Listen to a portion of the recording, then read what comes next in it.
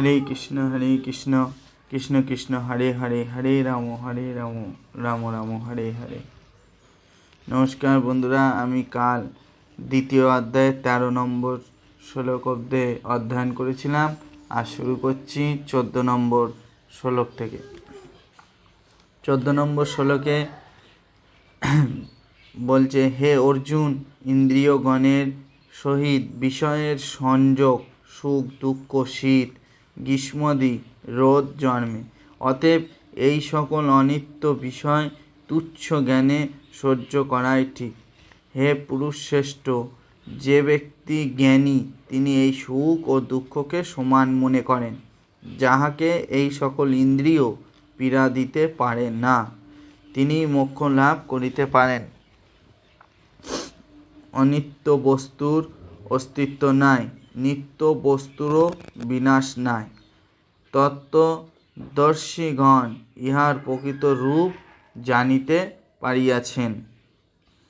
যিনি সর্বত্র ব্যাপী তাহাকে অবিনাশী বলিয়া জানিও। সেই অব্যয় আত্মাকে কেহ বিনাশ করিতে সমর্থ হয় না। পণ্ডিতেরা বলেন,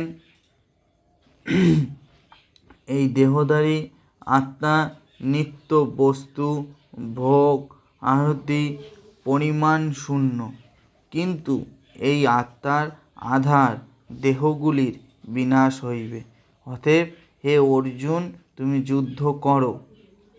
যে ব্যক্তি আত্মাতে হন্তা বা হত বলেন, তাহারাই উভয়েই কিছুই জানেন না। কারণ আত্মা কাহাকেও বধ করে না বা কাহারও দ্বারা হত হয় না। এই আত্মা কখনো জন্মায় না বা মরে না। আত্মার কোনো জন্ম বা মৃত্যু হয় না। বারবার জন্মিয়া সে বৃদ্ধি পায় না। ইহার ক্ষয়ক্ষতি কিছুই নাই। ইহা অজ, নিত্য, শাশ্বত ও চির পুরাতন। দেহ হত হইলে আত্মা হত হয় না। এই আত্মা সর্বদাই এক প্রকার, উহা জন্ম বৃদ্ধি ক্ষয়হীন। হে পার্থ, যিনি এইভাবে আত্মাকে জানেন তিনি কাহাকেই বা বধ করেন বা করান। মানব যেমন পুরাতন বস্ত্র ছাড়িয়া নতুন বস্ত্র পরিধান করে, সেইভাবে আত্মাও পুরাতন দেহ ছাড়িয়া নতুন দেহ ধারণ করে। শ্লোক নম্বর 22। এই আত্মাকে অস্ত্র দিয়া ছেদন করা যায় না। অগ্নি ইহাকে দগ্ধ করিতে পারে না। জল ইহাকে আর্দ্র করিতে পারে না এবং বায়ু ইহাকে শুষ্ক করিতে পারে না। এই আত্মা ছিন্ন, দ্বন্দ্ব, শুষ্ক বা সিক্ত হয় না। ইহা চিরকাল একভাবে আছে। আত্মা সর্বব্যাপীও পরিবর্তনহীন। ইহা অচল ও সনাতন। অতএব ইহাকে এই প্রকারে জানিয়া ইহার জন্য তোমার অনুশোচনা করা উচিত নয়। হে মহাবীর, আত্মা নিত্য জন্মে আর নিত্য মরে যদি মনে করে, তাহাকেই বা দুঃখ কেন? কারণ জন্মিলে মৃত্যু আর মরিলেই জন্ম, ইহা এড়ানো যায় না। তাই এ বিষয়ে তোমার দুঃখ করা বৃথা।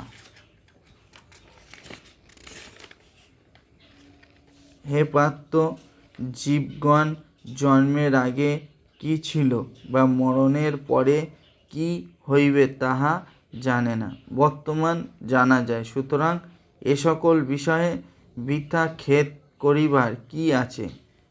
এই আত্মাকে কেহ আশ্চর্য বলিয়া মনে করেন, কেহ আত্মাকে আশ্চর্য রূপে বর্ণনা করেন, আবার কেহ আশ্চর্য বলিয়া শোনেন, কিন্তু ইহার বিষয় শুনিয়াও কেহ ইহাকে জানিতে পারেন না।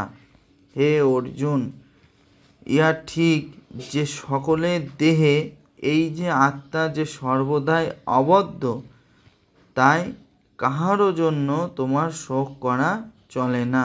শ্লোক নম্বর 30। আজকে দ্বিতীয় অধ্যায়ের শ্লোক নম্বর 30 অবধি আমি আপনাদের সামনে পাঠ করলাম।